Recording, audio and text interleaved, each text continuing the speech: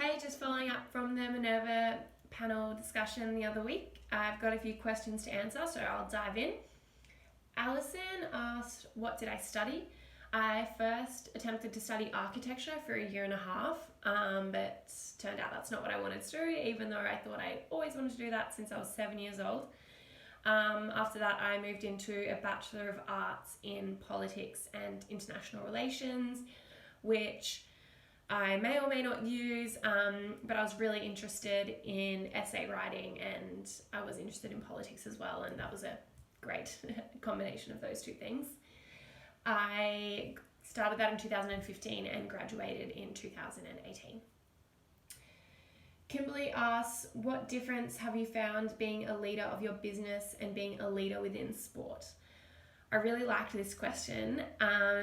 Being a leader in business is really cool because you have complete freedom and can really set everything up how you want it to be. Whereas in sport, even though you might be a leader, there's still, I guess, higher powers above you that dictate what you're able to do.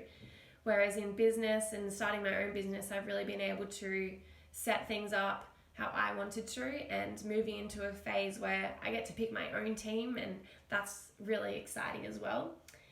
But both in sport and business, you get to set an example, whether it's on the field in how you conduct yourself, or whether it's how you operate your business in terms of for me, the environmental impact.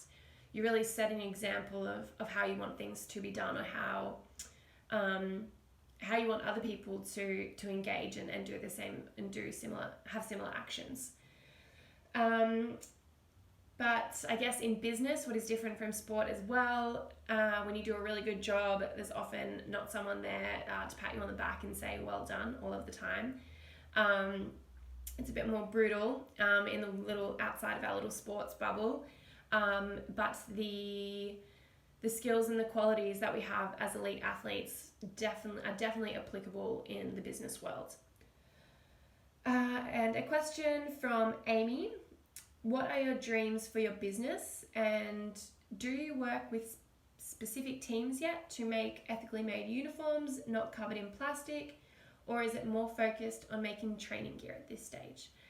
So I'll dive into the first one. Dreams for the business are really, really big, and I'm really excited for what the future holds if all goes well.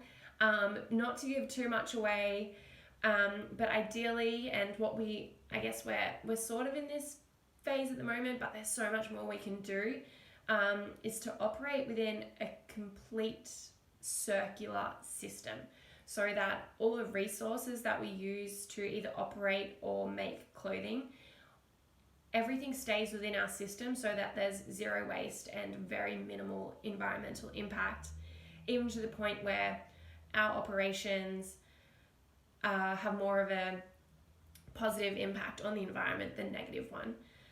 I'm really interested in starting to explore fiber production, how fiber production for fashion intersects with the food industry as well.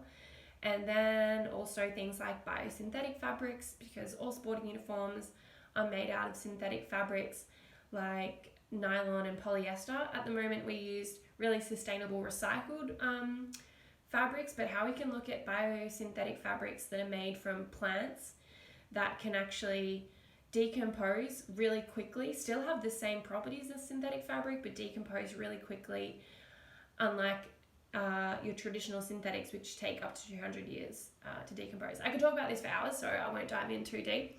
And then also looking, I guess, at the human impact side of the fashion industry and how we can really reshape that to have a really big impact as well.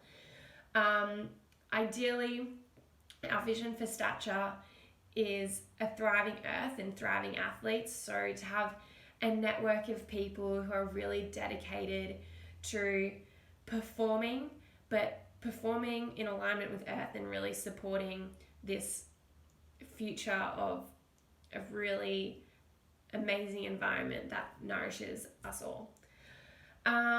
We are looking to work with sporting teams down the track. Getting into custom uniforms is something I'm really, really interested in, because it was a big reason, or the main motivation as to why I started the business, And there's also a huge issue there that needs to be solved. Sporting uniforms are always seasonal. We get new uniforms nearly every year, new sponsors, new number, whatever it might be. And how we can look at creating that system to become circular as well really, really interests me. So stay tuned for all of that. Hopefully the business goes well. Thanks, guys.